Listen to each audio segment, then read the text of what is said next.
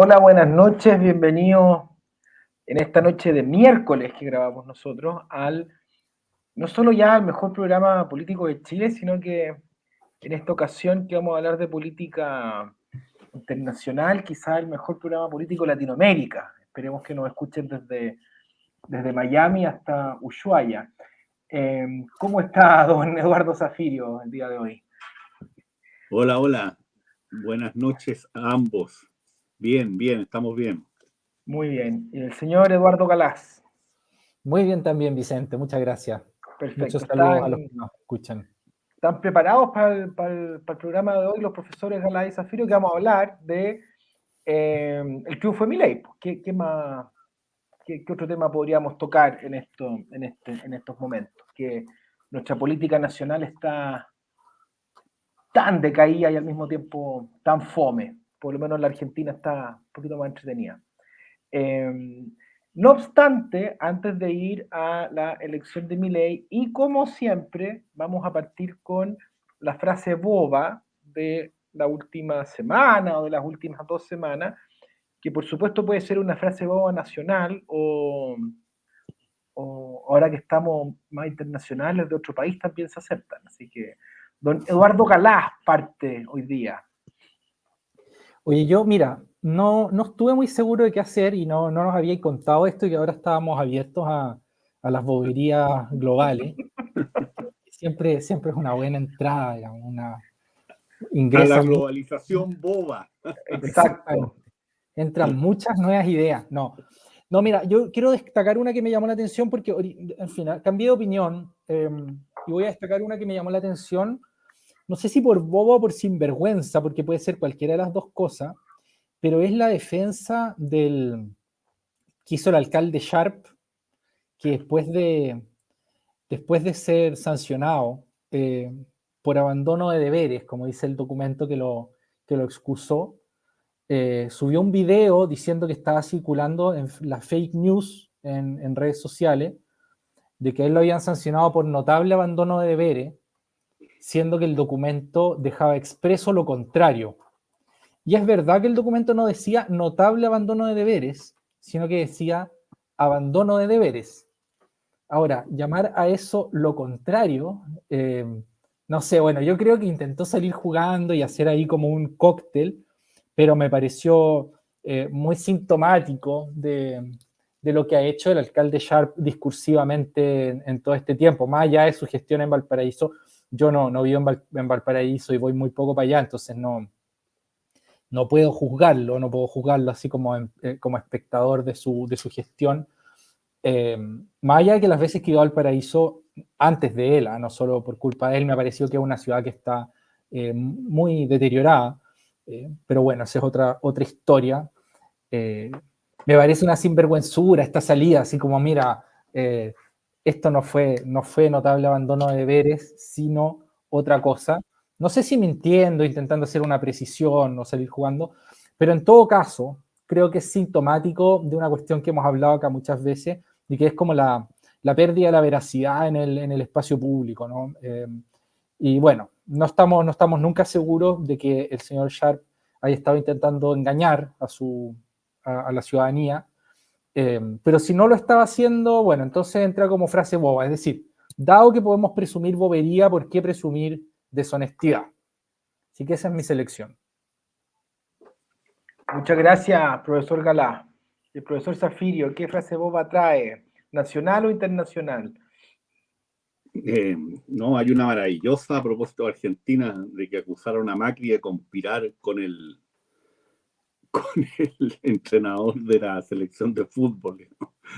Una cosa de loco. Ahora, en estas horas se produjo el escándalo, no, pero me voy a quedar con una frase nacional que me impactó mucho. La ministra del Interior, Toá, a propósito de los deportistas cubanos, que por razones hiperobvias decidieron no volver a la isla. Y cuando ella dijo que no había que especular porque a lo mejor se habían quedado para hacer turismo, ¿no? Como si estuvieran en ese momento en las Torres del Paine. Realmente una cosa increíble, porque además este tipo de cosas rebotan en otros países por la sensibilidad obvia del tema de la dictadura cubana, que es una dictadura que está batiendo todos los récords. O sea, yo creo que no he sacado las cuentas, pero a esta altura ya nos vamos acercando a la dictadura del Partido Colorado en Paraguay, digamos, y al PRI mexicano. Estamos hablando de más de 70 años. De más de 60 años. ¿Ya? Esto fue el 50, ¿no? 59, ¿ya? 58, 59. Entonces, es increíble que una política con una trayectoria democrática bastante inmaculada diga esto. Y es la demostración de los tristes papeles que se pueden hacer cuando tú transformas la política en una lógica burocrática. ¿Ah? Y los partidos terminan, y los partidos y los políticos terminan con una vocación de acompañantes, ¿ah? O sea, de actores de reparto, donde ya no importa el poder, sino que simplemente los cargos burocráticos. Porque este es un gesto ni siquiera al presidente, porque va a ser justo, Boric en estas materias tiene como una línea bastante clara. O sea, nadie podría decir que Boric ha defendido o se muestra como un entusiasta partidario de estas dictaduras latinoamericanas que son como tan de nuestro folclore finalmente, más allá de los ejes izquierda y derecha. O sea, la dictadura de los Castro es una dictadura que no tiene mucho que nos aleja demasiado del yo el supremo, digamos, o el señor presidente, o el otoño del patriarca, por hablar de tres novelas famosas, digamos, sobre la dictadura latinoamericana como fenómeno.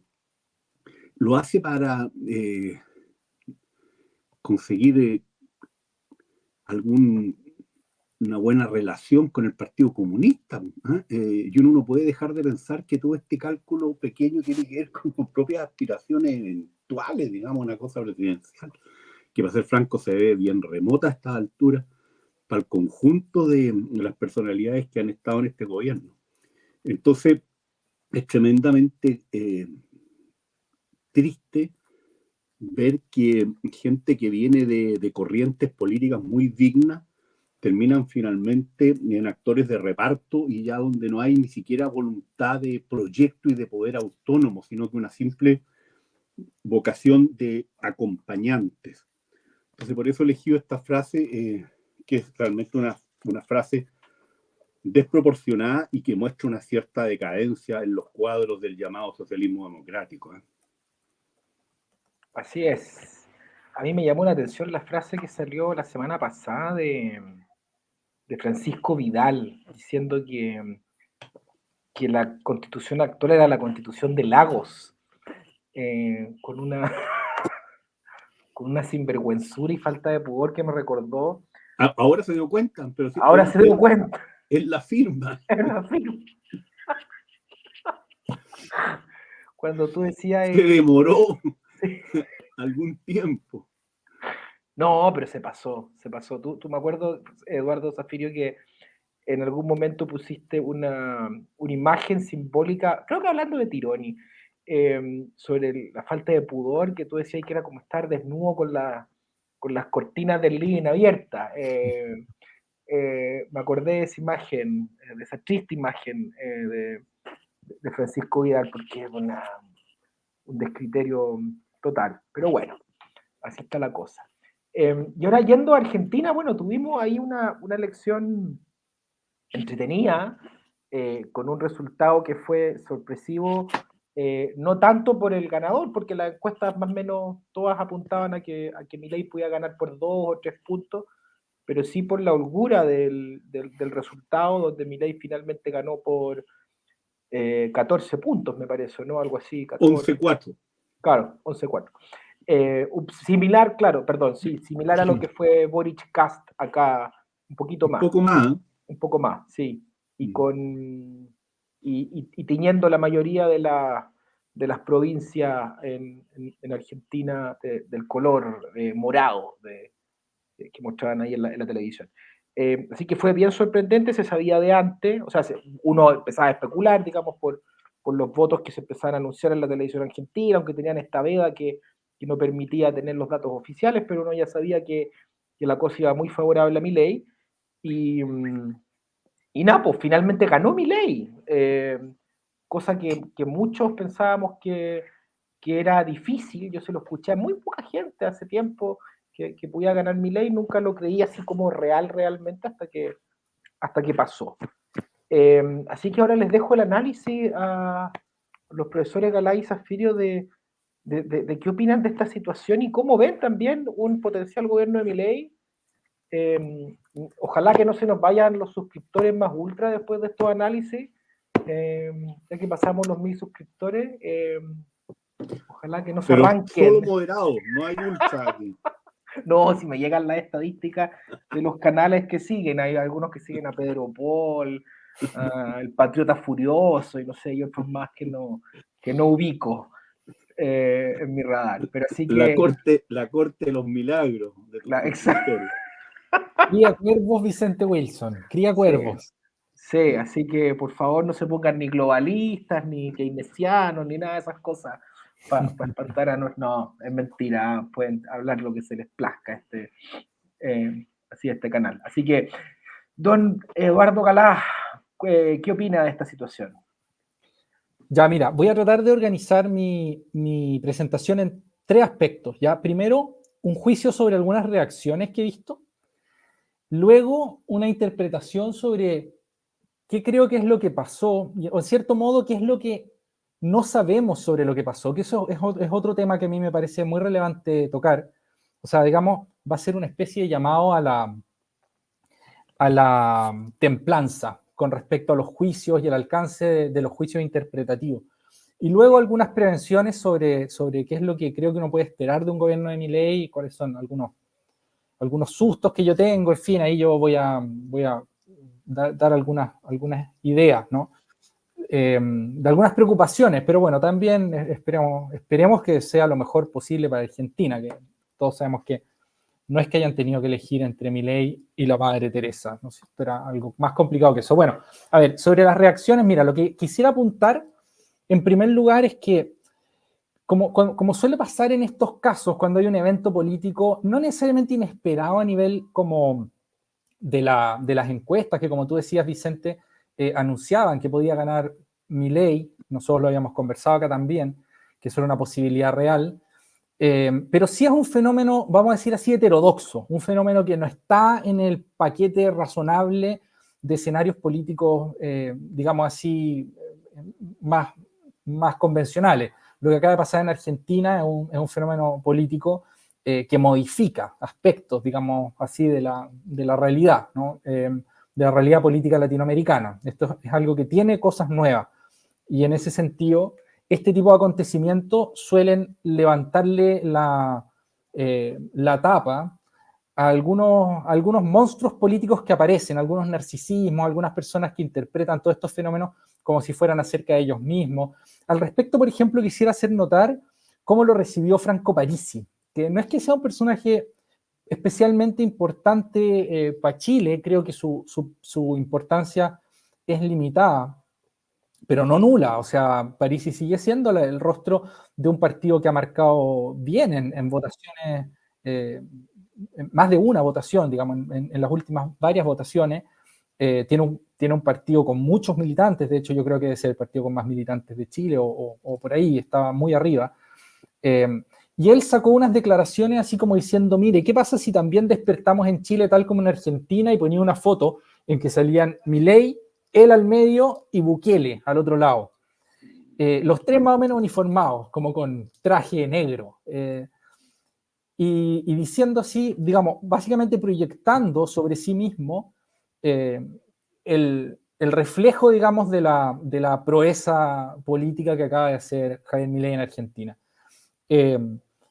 creo que Milei creo que Parisi es un ejemplo de un conjunto de personas que pueden hacer el intento de interpretar esto como, yo soy la versión chilena de esto mismo, digamos, ¿no?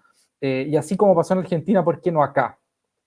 Yo creo, como decía, que acá hay algo de narcisismo en eso, hay algo así como de sinvergüenzura, porque en el fondo, ¿qué tiene que ver? Por último, cuando Axel Kaiser y José Antonio Cast se ponen las chapitas, bueno, por último ellos eran amigos de Milei de antes, digamos. Parisi no lo parece. Y como que recoge algunas ideas de Milei que son convergentes con algunas ideas suyas y hace esta lectura. Más allá, digo, de esta interpretación como conveniente, que es decir, mira, oigan, chilenos, ¿vieron lo que pasó en Argentina? Si quieren que pase lo mismo acá, yo soy el hombre. Más allá de eso, creo que lo que hace Parisi refleja un fenómeno más general y que es el intento de agarrar un hecho político muy complejo, como lo es el triunfo que acaba de tener Milei, reducirlo a una característica e intentar interpretarlo desde ahí.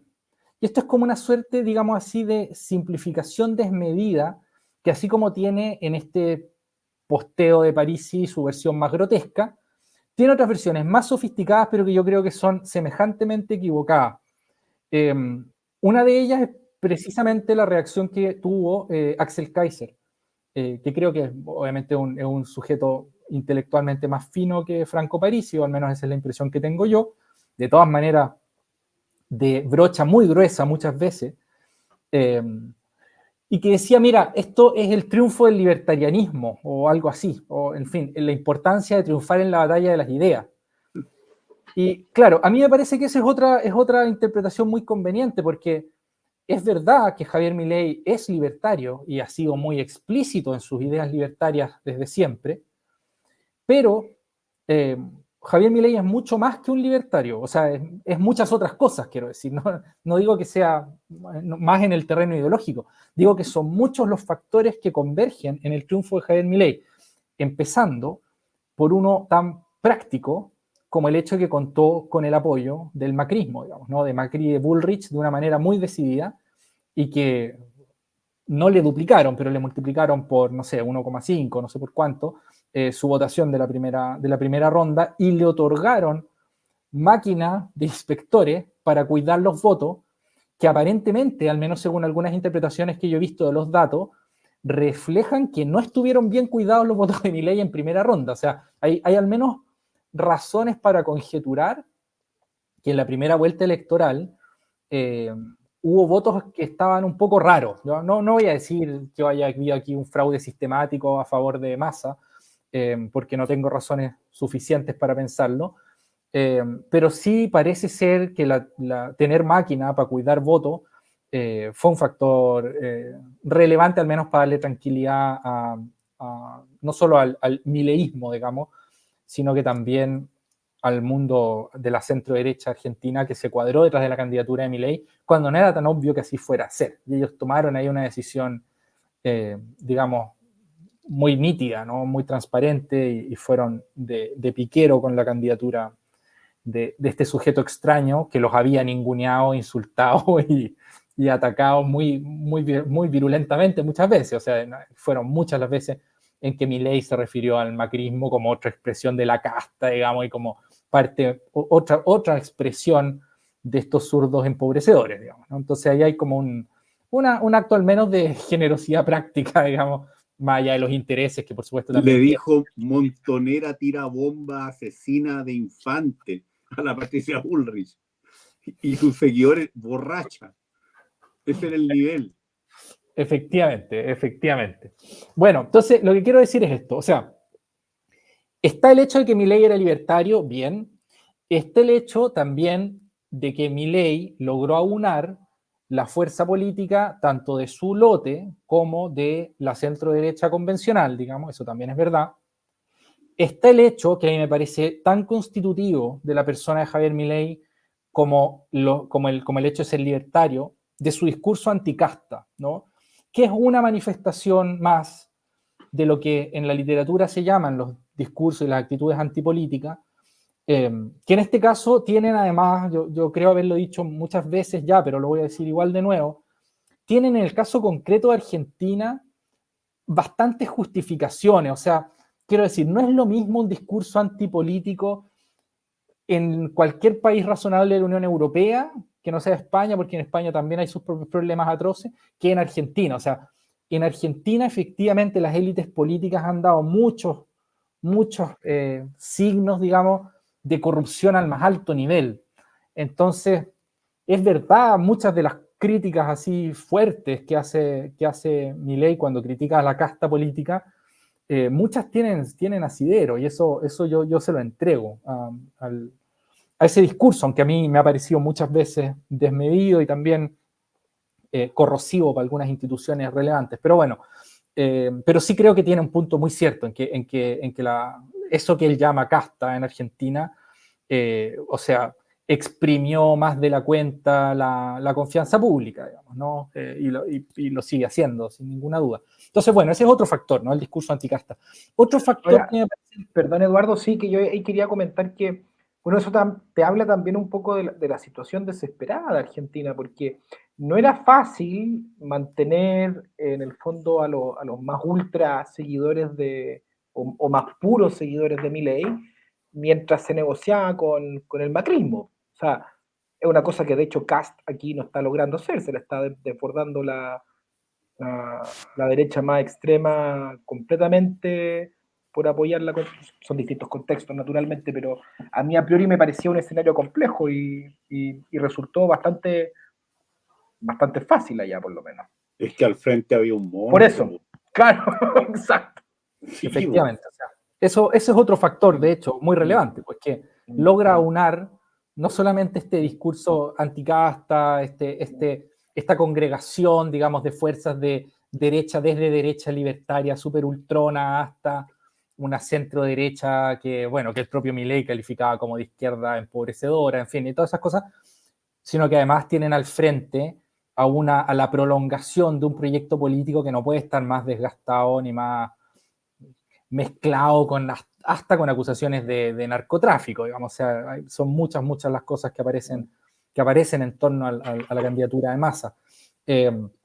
Bueno, y me gustaría agregar un último asunto, aunque son miles, que está también la figura carismática de Milei. O sea, Milei, en cierto sentido, aunque su discurso en términos sustantivos sea, digamos así, antiperonista, también hay un aspecto en que Milei prolonga uno de los rasgos esenciales de la figura de Perón, que es el culto, digamos, a la personalidad del líder carismático, el culto al líder, al cacique.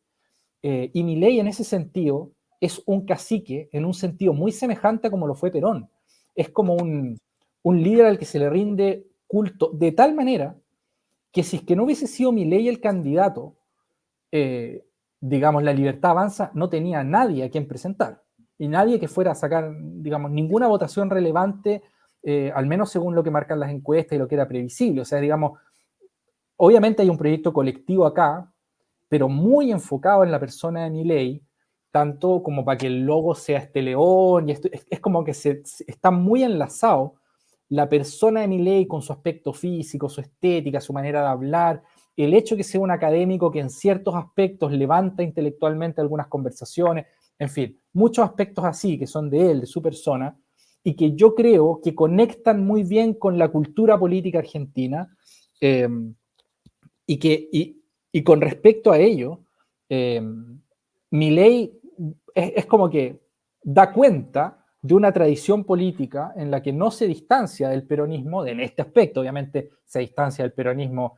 sustantivamente por mil razones, pero hay un aspecto en el que no, y es en esta estructura, digamos, personalista. Bueno, ya eso es como lo primero que quería decir. Ahora, aprovecho de vincular esto con la interpretación de qué pasó, porque todo lo que he dicho hasta acá intenta hacer una crítica, no lo de Parisi, sino lo de Axel Kaiser, intenta hacer una crítica a la simplificación de esta interpretativa de estos procesos, porque no podemos constreñirlos a una sola cosa y no sabemos por qué ganó Milei. Sabemos que ganó, sabemos que dio una paliza, sabemos que congregó muchos elementos que probablemente fueron relevantes en distinta magnitud, pero no sabemos cuáles sumaban, cuáles restaban y cuánto pesaba cada uno. Y eso no lo vamos a saber hasta que no se haga un estudio o una serie de estudios profundos en la materia.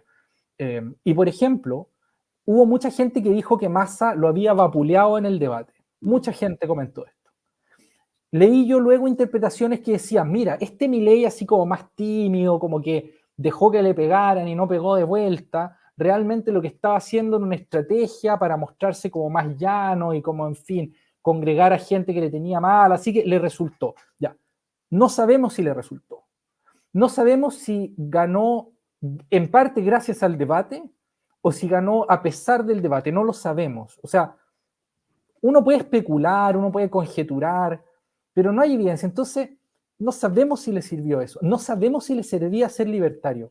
No sabemos si ganó a pesar de ser libertario o ganó porque era libertario en parte. Es como, obviamente hay un porcentaje de la votación de Milei que es voto libertario, eso no cabe duda, y que de hecho a mí me parece cierto que ha logrado movilizar, sobre todo a nivel de las cortes más jóvenes, una modificación ideológica y generado un nicho así de jóvenes argentinos con ideas parecidas a las de Milei y en gran parte herederas, digamos, de la influencia de Milei, pero no sabemos si es que una figura parecida a Milei en términos de temperamento, por ejemplo, en términos de discurso, habría funcionado con una identidad en materia económica socialdemócrata, populista de izquierda, así una especie de chavismo, pero con el pelo largo. No sabemos si eso habría funcionado.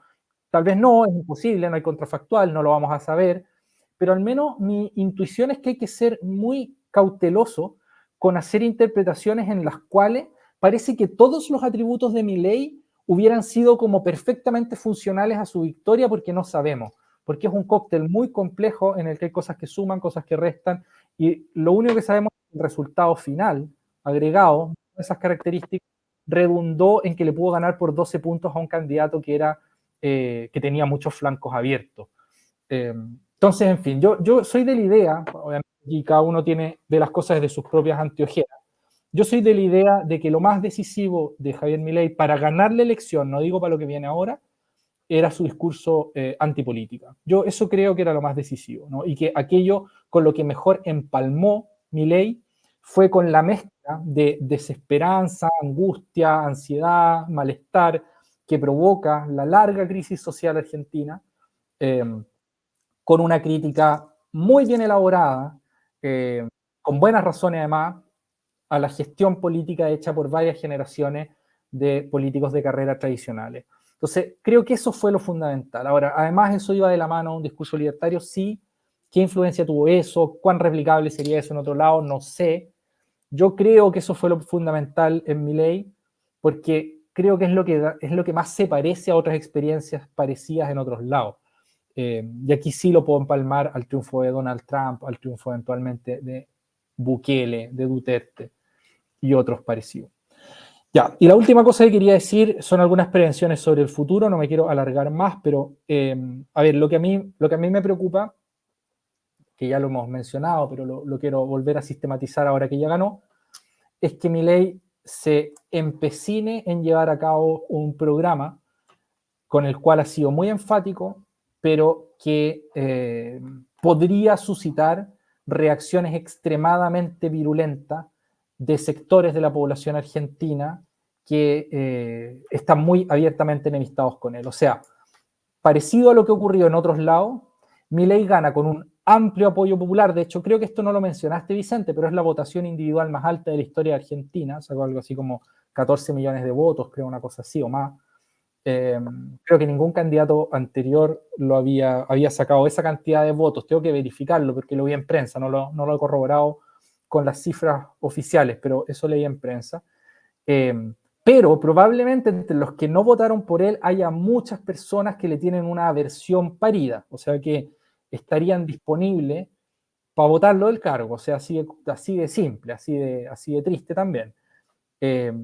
Y claro, creo que si Milei se empecina, por ejemplo, en cerrar 10 ministerios, que es una de las cosas que ha dicho, o afirmó luego de ganar, que no había espacio para gradualidades, que se necesitaba aquí hacer un cambio radical, en fin, todo este discurso, a mí sí me preocupa que pueda levantar un nivel de protesta por parte de grupos organizados, cuyos intereses están acá en juego y que pueden movilizar a mucha población argentina que vive del Estado o en gran parte gracias al Estado, y que un nivel así de agitación social desmedido deje a Argentina y deje al gobierno de Milei en una situación en que solo puede resolver los problemas a través de represión muy violenta. A mí eso es lo que me preocupa. O sea, digamos, yo espero que Milei, en parte, melificado por la influencia de sus nuevos aliados más centristas, sea más cauteloso en el ejercicio del poder que lo que ha anunciado en estas primeras horas después de electo. Porque a mí me preocupa no tanto las consecuencias directas de su gestión, que por supuesto también tienen su propia incertidumbre asociada, sino las reacciones que pueden despertar de una oposición que ha dado muchas señales de estar dispuesta a altos niveles de virulencia. Entonces, ahí creo que Milei puede pecar de una cierta ingenuidad sobre cómo se ejerce el poder político, no estar entendiendo plenamente el tipo de dinámicas que involucra gobernar un país, además del tamaño de Argentina, y con un Estado del tamaño del Estado argentino en sus manos, y en el esfuerzo como por aplicar su agenda, puede que le toque decidir entre una represión violentísima y que su cargo quede muy endeble. A mí esa es como mi mayor preocupación para lo que se le viene a Argentina en los días futuros, más que el tema propiamente económico. Y con eso le devuelvo la palabra a don Vicente. Estoy muteado, ahora sí. Gracias, profesor Galás, por la intervención muy, muy interesante. Yo me quiero tomar, antes de pasarle la palabra a Zafirio, de un tema que tocaste que tiene que ver con este apoyo popular de una población joven en Argentina hacia Milei, que es bien interesante porque es un grupo grande, no mayoritario por supuesto, pero un grupo importante, similar a lo que pasa acá quizás en Chile con Boric, que puede ser un piso de un 20-25% quizás incondicional para Milei, no lo sé, me da la impresión que sí, altamente ideologizado y con un ethos común también bastante fuerte, que hay que tenerle ojo. Yo creo que como fenómeno es bien interesante. Ahora, estos tipos libertarios que yo más o menos los conozco por chats y qué sé yo, tienen el tema que ellos no militan, o sea, no saben militar sino adorando a una figura en particular, digamos. El hecho de esta exacerbación por la individualidad, por su propia persona, hace que no sean capaces de militar en un proyecto colectivo, salvo que sea siguiendo hasta las últimas consecuencias a una figura, digamos, que emerge, que en este caso es Milei en Argentina y que en Chile es Axel Kaiser, digamos, absolutamente. Quizás no con el apoyo que tiene Milei en Argentina, pero sí con el fervor que despierta en ciertos segmentos. Así que ojo con eso. Don Eduardo Zafirio, ¿qué nos puede decir? A ver, varias cosas. Primero, yo seguí esta elección. La seguí como seguí en algunos otros momentos elecciones argentinas. Por razones obvias seguí la del 83. O sea, el discurso de Alfonsín, se acaba la dictadura, se acaba la corrupción, se acaban las sectas de los nenes de papá. O sea, lo tengo grabado porque fue emocionante. Lo escuché mientras estaba estudiando a mi examen de grado el año 83. Además, personalmente estaba con esa candidatura y no con la peronista en ese año. Después seguí alguna elección también para ver ciertos fenómenos políticos, tal como lo hice ahora a mitad de los 90. Ahí me interesaba, por razones académicas y políticas, el tema del cinismo político, y fue un laboratorio fantástico porque Menem ganó la reelección y nadie decía que votaba a Menem. Y al final los tipos decían un poco la firme, pues sí, claro, la corrupción está tremenda, pero la economía marcha. Y efectivamente la década de los 90 hoy día es mirada en Argentina como una época de bonanza. Después de 2 años con Menem la inflación era semejante a las inflaciones nuestras, digamos, en los buenos momentos nuestros, digamos, cuando el Banco Central logra anclar la inflación en el objetivo de 3-4%. Y ahora la seguí sistemáticamente también, vi los 3 debates, porque me interesaba mirar, tratando de ponerme en el papel de un ciudadano con bajo nivel de información relativa frente a este fenómeno del outsider, que era Milei.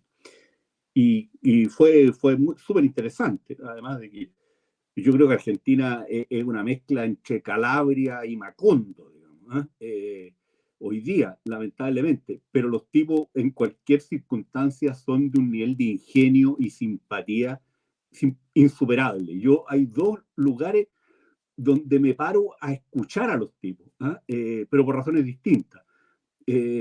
Buenos Aires y Montevideo. En Montevideo porque da gusto el civismo de los militantes políticos uruguayos en sus primarias, cómo te explican la ley de Lema, los pactos, de cualquier corriente política, desde colorados, blancos, los frente amplistas. Y en Argentina porque simplemente los tipos son insuperables, ¿no? Son unos italianos tercermundistas, muy divertidos. Y a mí me agradan mucho, además, por razones que a lo mejor tienen que ver con mi abuelo italiano, digamos, pero me entretengo, no me aburro, podría estar horas escuchándolo a los tipos, en las calles de Buenos Aires, en cualquier parte. Entonces, lo primero que quiero decir es que Milei es un outsider, pero cuidado, porque no es un tipo que aparece de la nada, no es Perón, en el sentido de que Perón arma una cosa cuando tenía ya mucho carrete político y ocupaba cargo, incluso era vicepresidente, uno de los cargos que tenía. O sea, este tipo es diputado hace 2 años. Pero estamos en otra época y hay un señor que se llama Eduardo Eurnequian en Argentina, que es uno de los multimillonarios argentinos. No sé si es el número 1, pero estamos hablando de un personaje que tiene 2.000, 2.500 millones de dólares de fortuna. Y este señor ha incursionado mucho en medios de comunicación, entre otras cosas. Entonces, hay un mentor en la entrada de este Milei, digamos, superstar, rockero, a los medios de comunicación, y que es este padrino en la partida. Entonces, eso es lo primero. No es que aquí no estamos en presencia de un tipo que surge de la orilla y sin acceso a núcleos de poder. Trabajó 10 años en el Grupo América, que es como la casa matriz de los negocios de este descendiente de armenios que acabo de señalar. Lo segundo es que el tipo también logró cultivar con algunos periodistas una cierta relación personal de bastante afecto, que se nota mucho, ¿no? Con Fantino, por ejemplo, que es un comunicador muy conocido, porque el tipo tiene méritos personales muy notables. O sea, yo tengo la impresión de que es un tipo que no miente, agradecido, cumple la palabra, en una sociedad en que el valor de la palabra se ha perdido mucho. Entonces, el tipo tenía carrete durante casi 10 años en los medios de comunicación social, en una sociedad y una política muy farandulera. Atención, atención, el curso de honor un argentino no es el curso de honor un chileno tradicional, son otras las vías de presencia en lo político y en lo público. Entonces, relación con el mundo del dinero y con el mundo de los medios, cultivado desde hace mucho tiempo. Además, con una personalidad impresionante, en una sociedad que va mucho más de frente, que está mucho más exasperada que la nuestra. O sea, la cantidad de barbaridades que este tipo ha dicho. Yo les recomiendo a los que no lo conocen que busquen un video donde se lanza contra un proyecto de ley de una diputada cordobesa peronista para instaurar el Día Nacional del Cuarteto. ¿Ah? Y la furia que al tipo le da, digamos, frente al populismo y a la irresponsabilidad de ese proyecto de ley en medio de una situación extremadamente complicada. Pero la sarta de garabatos que el tipo dice es simplemente irreproducible y provocando, pero el jolgorio del tipo que lo está entrevistando, ¿no? ¿Ah? Porque de alguna manera sabía más o menos cómo iba a reaccionar. Es realmente una pieza de eso. Entonces, es la radicalización de un relativo outsider. Probablemente con el tipo que más lo podrías comparar es con Beppe Grillo, ¿ah? en Italia. ¿Ah? No es el jugador de cricket, digamos, que llega presidente en Pakistán. No es Trump, aunque Trump también viene un poco de ese mundo, pero con mucho dinero. ¿Ah? Eh, Pero Milei forma un partido, no se apodera de un partido existente como hace Trump con el Partido Republicano norteamericano, lamentablemente. Ahora, lo que pasó es simplemente impresionante, pero habían elementos que están mucho más, que son mucho más básicos y más elementales que toda esta lectura entre oportunista, ideologizada, digamos, que se hace en Chile, donde siempre nos vamos de sobreanálisis, además interesados. O sea, llevamos como 10 años haciendo sobreanálisis frente a cada fenómeno político, ya no solo nacional, sino que internacional, para llevarle agua a nuestro molino. O sea, piensen simplemente en lo que pasa cada vez que hay un giro en una elección. O sea, nos vamos desde que somos libertarios hasta que queremos destruir el modelo y construir Corea del Norte, que en eso está el pueblo. ¿Eh? Estoy caricaturizando, pero todos saben a lo que me refiero. ¿Y cuáles son esos elementos? Yo diría una situación económica realmente dramática, pero dramática. O sea, Argentina hoy día es una sociedad que tiene casi un 45% de pobres. Una inflación de casi 150%, más del 10% indigente. La situación de los pibes, como le dicen ellos, de los niños, es una situación terrible. Como decía Eduardo, o insinuaba, un Estado que es como la caricatura de lo que puede ser una asociación cívica preocupada por el bien común. Pero además hay una situación de inseguridad brutal. Un solo dato, Rosario, donde el narcotráfico está metido, pero con todo, Rosario, Santa Fe, casi 20, más de 20 muertos por mes los últimos 2 años. Una situación de delincuencia brutal y del crimen organizado metido con todo, incluyendo en la política.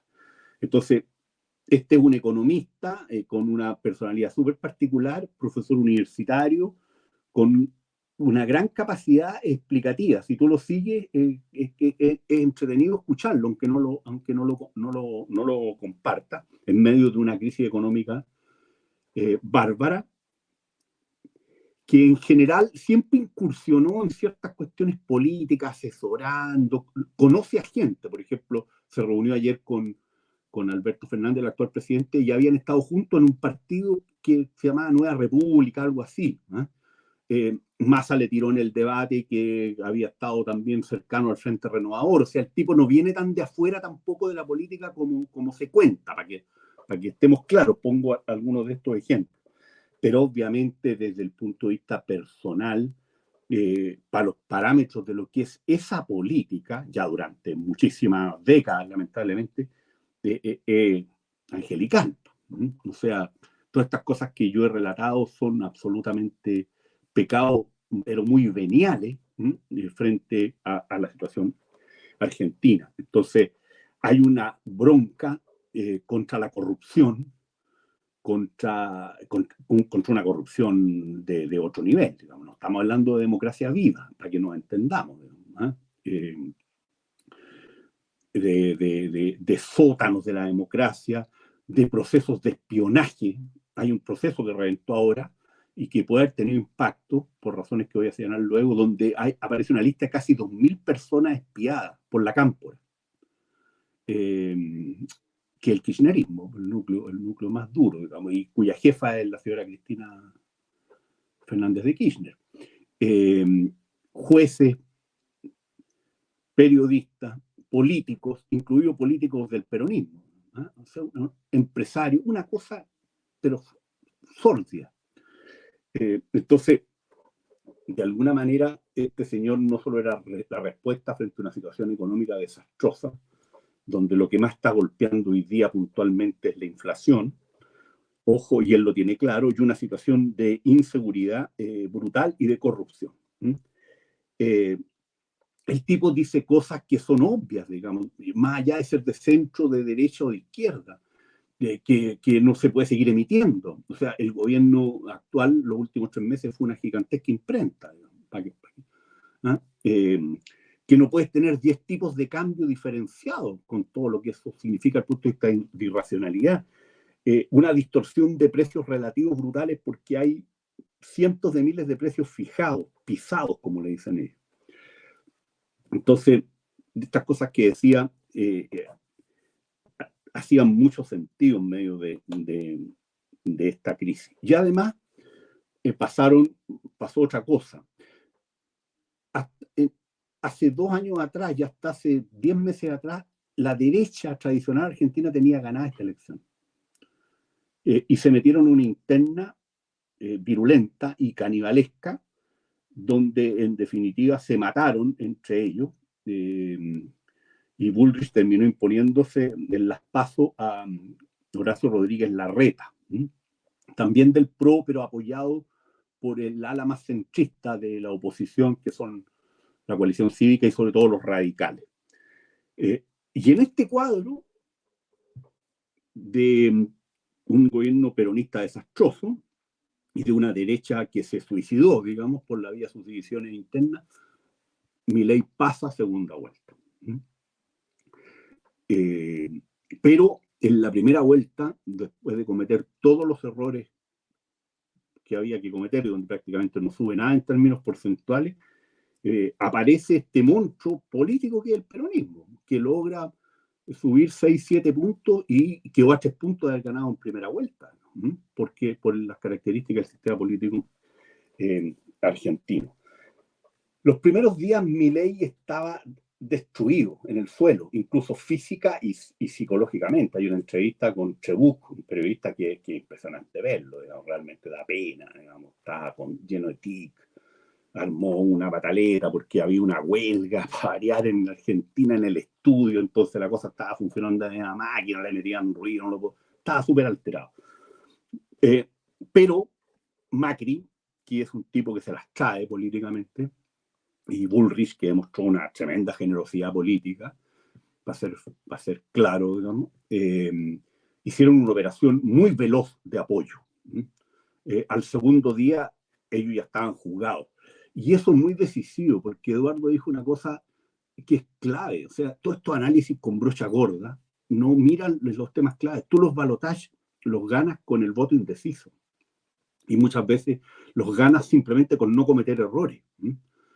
O con cometer menos errores. Y el voto indeciso en Argentina era si tú no hacías disparates como los que Milei había hecho en la primera vuelta, era básicamente un voto antikirchnerista. No solamente los 24 puntos de la Bullrich, que es un electorado derechista, anti-K, sino que gran parte del electorado de Schiaretti, que había sacado 7 puntos. O sea, si uno dividía por la mitad el voto de Schiaretti, y aparentemente Milei se llevó más de la mitad, entre los 24 puntos de Bullrich y 3,5 más de Schiaretti, da casi 58 puntos. Pero claro, una cosa es lo que está en el pizarrón y otra cosa es conseguir que esos votos lleguen.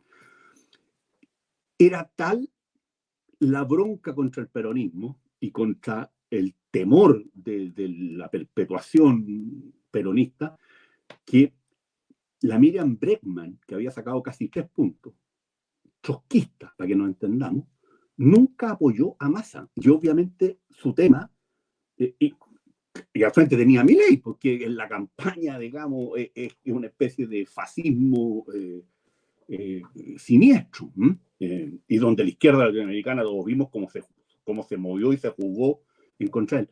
La Bregman nunca apoyó a Milei. Y se dice, y datos, que hay casi un tercio de sus votantes que votaron por Milei. O sea, los 3 puntos casi uno se fue a Milei, digamos. Y la brecha no es una brecha ideológica, por eso que esta es una brecha ética, el temor a la corrupción, pero una corrupción de otro nivel, ¿no? Porque Argentina lamentablemente hoy día es un país de mafia. Entonces todas estas cosas que se hablan acá son puras boberías, digamos. Eduardo planteó el tema clave. Yo tengo la impresión de que este Milei, que demostró bastante disciplina en los últimos 30-35 días, Macri es como el papá amigable que este señor no tuvo, digamos. Le hizo mucho caso, incluso tratando de controlarse. Y yo creo que le pegó el palo al gato sin saberlo en el debate. O sea, yo vi algunos estudios de Pulsar, Eduardo, que dependen de la UBA, que demostraban la impresión que a mí me quedó y que algunos periodistas argentinos más vivos y más serenos, menos radicalizados contra el kirchnerismo, como Pablo Rossi, esa misma noche dijeron que yo no estoy tan claro, dijo Rossi, que esto le haya servido a Massa. Que este 5-0, digamos, que decía la clase política argentina, porque Massa se sobregiró. Tuvo unos asesores brasileños que creyeron que Argentina era Brasil, que Milei era Bolsonaro, ojo, que además Milei había gobernado 4 años, que se le había muerto cientos de miles de personas en la pandemia. O sea, equivocaron el escenario y al final yo creo que Massa se sobregiró.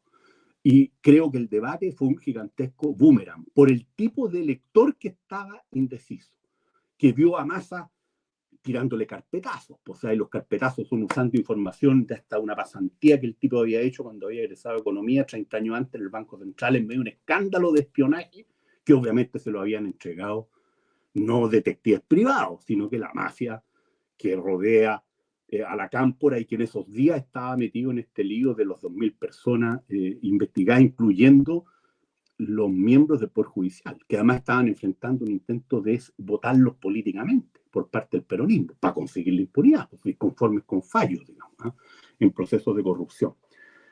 Entonces, si tú escuchas a Milei, yo lo he hecho de estos 2-3 días, el tipo te dice 2 cosas que no tienen nada que ver con las cuestiones que transmiten aquí los seguidores de Hayek, ¿no? O de Rothbard. Dice, mi tarea es la inflación, obvio, y la inseguridad. Y a eso me voy a dedicar. Si el tipo logra enfrentar eso en medio de unas bombas que le dejaron siniestras, digamos, el tipo sabe que no va a lograr llegar a cifras razonables de inflación de un dígito antes de 24 meses. Si el tipo estudió economía y ha seguido los temas, no es un tipo que no entienda. Y el tema de la inseguridad, esas son sus 2 banderas. El problema es que, aunque no busque generar 50 Vietnam, digamos, los piqueteros ya desde el día lunes prácticamente están lanzados a la vida. Y le han hecho asamblea y lo están amenazando. En una cosa realmente enloquecida, porque el peronismo no sabe perder. Esa es la verdad. O sea, de 5 presidentes peronistas, solamente Macri logró llegar al final, pero logró llegar agónicamente, digamos.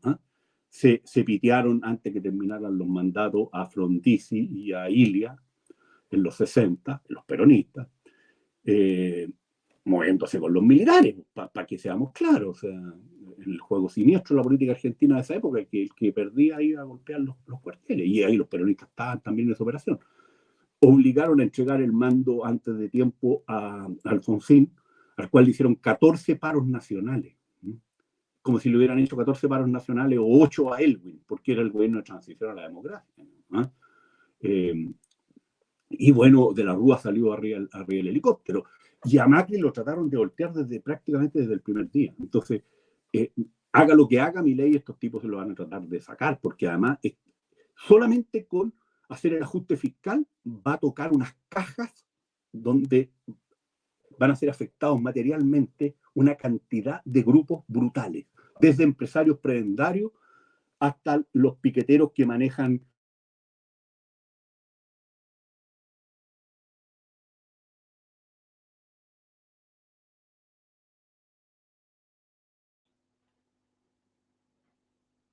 ¿Se quedó pegado Zafiri o yo me Y se quedé va a pegado? quebrar definitivamente, sino que también eso puede pasar en el peronismo.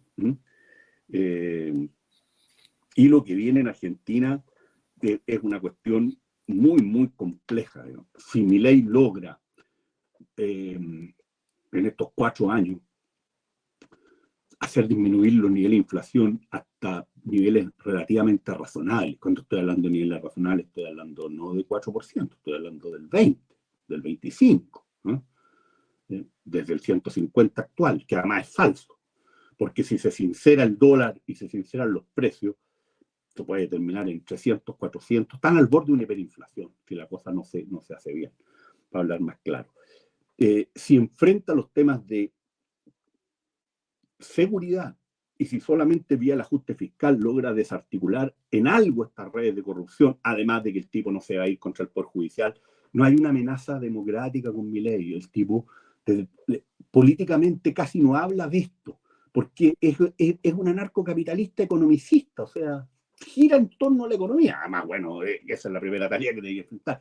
Pero el tipo es partidario de la división de poder, es partidario del sufragio universal, es partidario de la libertad de prensa, o sea, todo esto es un cuento para que lo entendamos, sin perjuicio que hay un submundo, sobre todo detrás de Villarruel, la vicepresidenta, ojo, que puede ser mucho más complicado, ¿eh? Porque en el fondo ahí hay reivindicadores de las dictaduras militares y negacionistas de la violación de los derechos humanos, para decirlo suave. Ahora, bajo perfil, son bastante rascas, digamos, y la derecha argentina en eso, o sea, Bullrich, Macri, son muy impecables, no va a haber piso, y los equipos del macrismo van a estar derechamente en otra cosa, pero si el tipo logra eso, esas 3 cosas, que las puede lograr con dificultades, pero las puede lograr, o sea, cifras de inflación mucho más razonables que estas cifras brutales que existen hoy día. En segundo lugar, enfrentar el tema de la seguridad ciudadana y enfrentar el narcotráfico, la droga, el crimen organizado, que se vea la voluntad de hacerlo también, y por la vía del ajuste fiscal, que está obligado a hacerlo de todas maneras. Esa es la primera tarea, aunque fuera socialdemócrata tendría que hacerlo, digamos, es un Estado casi fallido y un Estado mafioso, para mirarlo empíricamente. Significaría un durísimo golpe, una corrupción sistémica. Y con esas 3 cosas, si además logra sostenerse frente a lo que va a ser una campaña de desestabilizadores profesionales, como el kirchnerismo, digamos, y los piqueteros, puede dar un enorme salto para limpiar distintas situaciones que hoy día son muy tóxicas en Argentina. Y quiero terminar en un acto de reconocimiento a Boris. Que nosotros hemos dicho varias veces que en materia internacional en general Boris se maneja bastante bien. En medio de esta ofensiva brutal de intromisión en la política argentina, Lula se metió con todo en esto, digamos, está mandando asesores, no sé si pagándolos, pero asesores que se equivocaron al final, digamos, creo yo, con la campaña negativa y del miedo, se les pasó la mano. Pero además ustedes vieron al presidente de México, vieron a Petro, que está en el suelo, digamos, lleva un año metido hablando tontera, a Evo Morales, digamos, una cosa de loco. La propia presidenta Bachelet se metió en eso, cuestión que es una torpeza. Tampoco se había metido Piñera, o sea, la cuestión argentina es una cuestión que mejor mantenerse lejos de todos los sectores, y no solo porque son nuestros vecinos, sino que porque es muy oscura. Boris yo creo que ha estado hasta aquí súper bien. Una noche se tentó y mandó un Twitter sonso, bobo, pero parece que la Cancillería, que lo debe tener muy vigilado, digamos, consiguió que en poco rato, algunos minutos, lo bajara. Y de ahí para adelante bien, pues lo llamó rápidamente, creo que lo hizo ayer en la mañana, pero estaba desde antes tratando de comunicarse con él, por información que yo tengo, a Milei, habló con él y además acaban de confirmar hace un par de horas que va a ir al cambio de mando. Entonces, en medio de el loquerío, digamos, de la izquierda latinoamericana, que inventó un Hitler, digamos, sin mirar los contextos, tal como los otros tipos inventan, no sé, pues, a la reencarnación de von Mises y von Hayek, digamos, sin mirar los contextos. Boric hasta aquí en este tema ha estado bastante bien y mucho mejor, aún si uno lo compara con que hasta la señora Bachelet se metió en este baile. Eso es. Muchas gracias, Eduardo. Yo sí también me tomo de eso último. A mí me llamó la atención, la actitud de Boric, que había estado anteriormente metido en temas innecesarios y ahora fue bien prudente.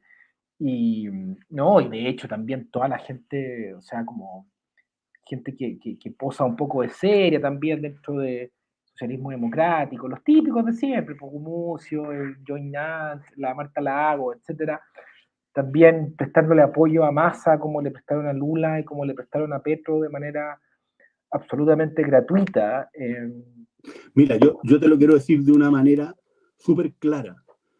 Sin duda que Milei es un tipo con severos problemas de equilibrio, pero detrás de Sergio Massa, que además es de derecha, para que entendamos, digamos. Ya lo decían alguna gente los últimos días en Argentina, es de derecha. Estaban mafias. Así de dramática era esta elección. Entonces, yo no entiendo cómo la Michelle y el presidente Piñera se meten en este baile. O sea, con un país vecino, además, y con una situación explosiva desde el punto de vista económico, social y de seguridad, y con un Estado fallido.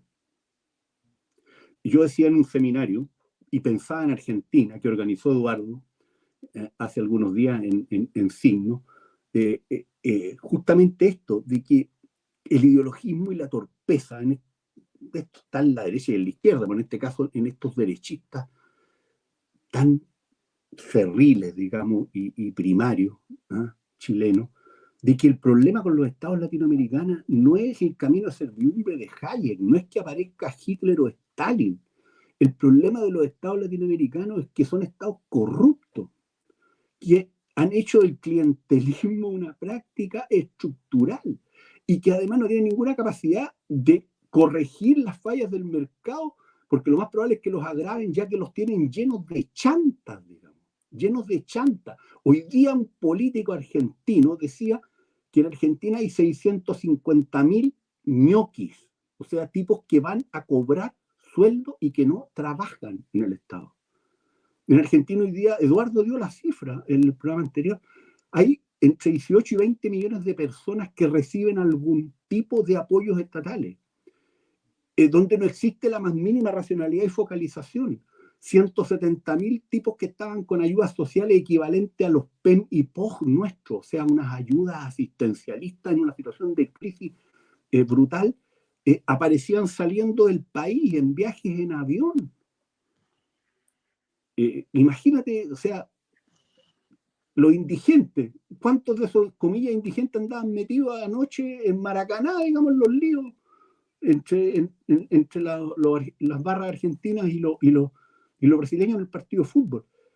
Entonces, de eso estamos hablando. Esto es otra cosa. Y todos estos análisis izquierda, derecha, digamos, de gente que no conoce nada de los procesos, digamos, y que encuentra que esto salió en el matinal y se ponen a opinar y a hablar tonteras.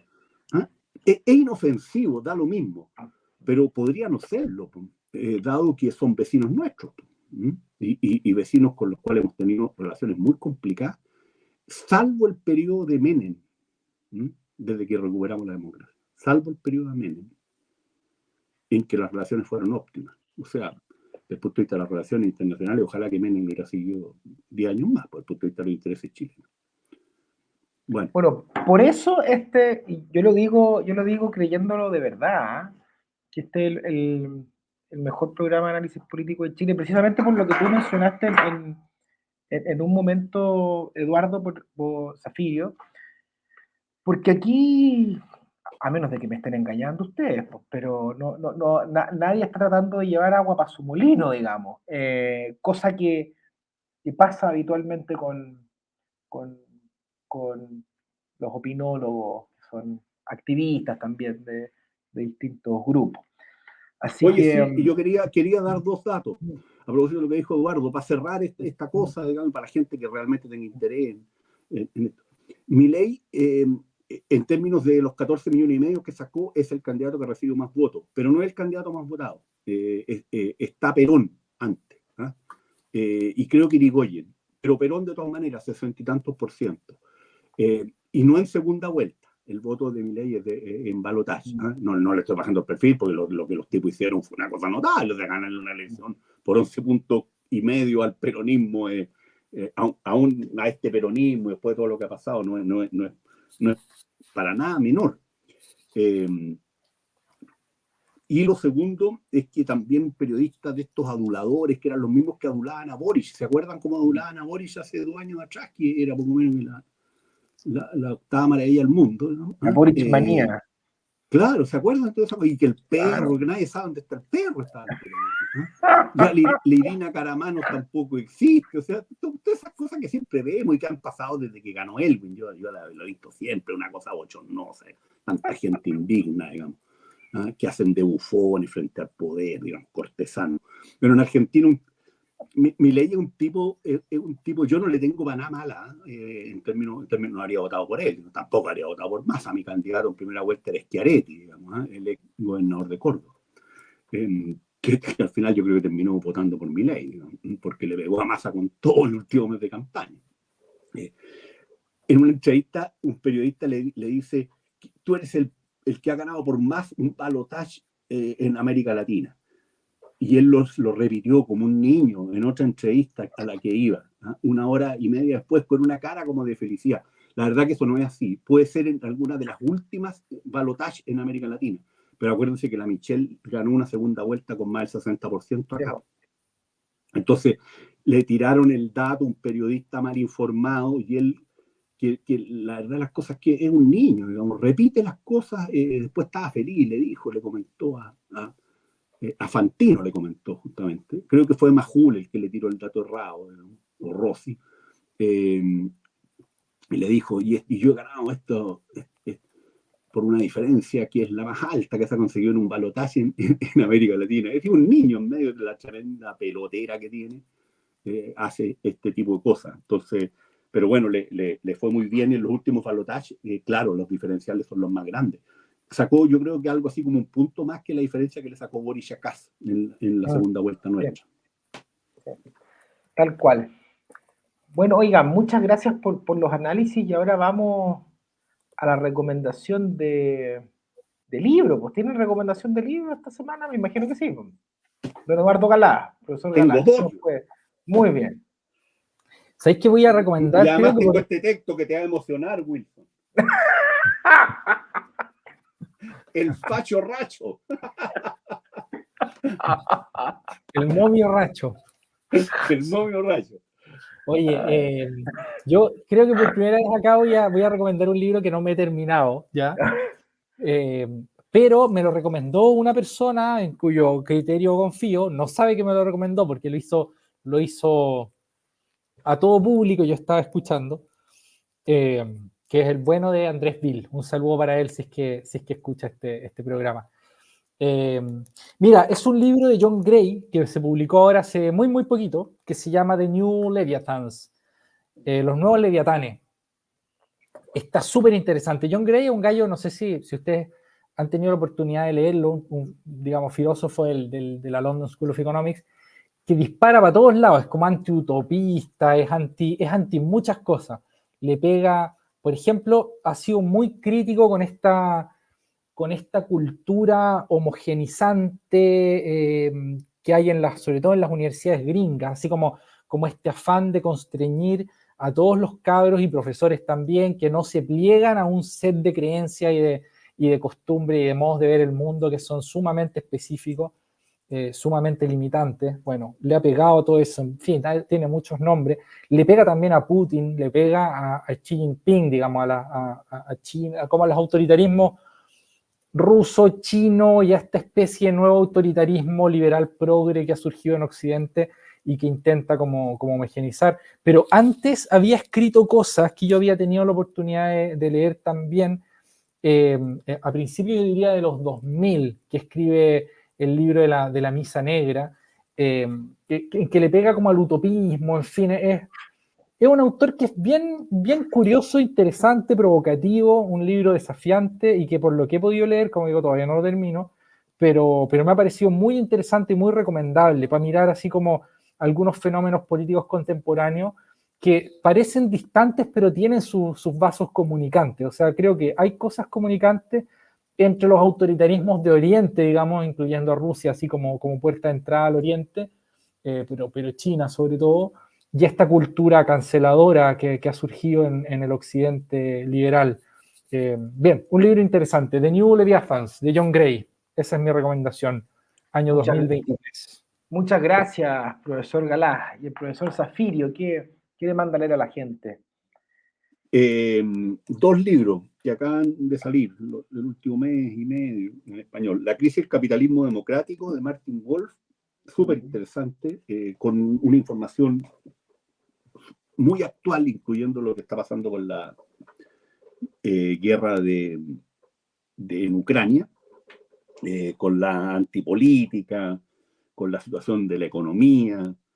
Muy, muy interesante. La crisis del capitalismo democrático, lo recomiendo, sobre todo para políticos, ¿no? Y para jóvenes militantes de cualquiera de los partidos políticos del sistema, o simplemente interesados en lo público.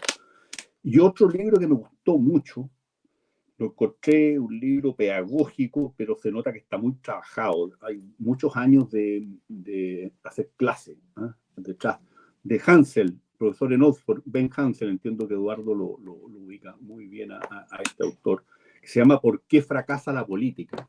5 problemas que tenemos, ¿eh? Las dificultades para tomar decisiones en democracia, incluyendo el teorema de la imposibilidad de Harrow, del cual hablábamos, los problemas que tenemos con la igualdad, los problemas que tenemos con la solidaridad, las tensiones que tenemos entre libertad y seguridad, y por último los problemas que pueden llevar a que la mala política, la política de los tecnócratas o la política de los populistas, genere estas situaciones donde la política termina fracasando. Súper interesante el libro. Yo lo voy a incluir en algunas lecturas sugeridas para un curso magíster que voy a dictar de nuevo el segundo semestre, el primer semestre del próximo año. Me gustó mucho porque además hay un diálogo con la economía política y la teoría de los juegos, ¿eh? Pero no de una manera, digamos, pretenciosa, sino que muy como fluida, digamos, en este autor que justamente se doctoró en economía política, pero tiene una muy buena formación politológica.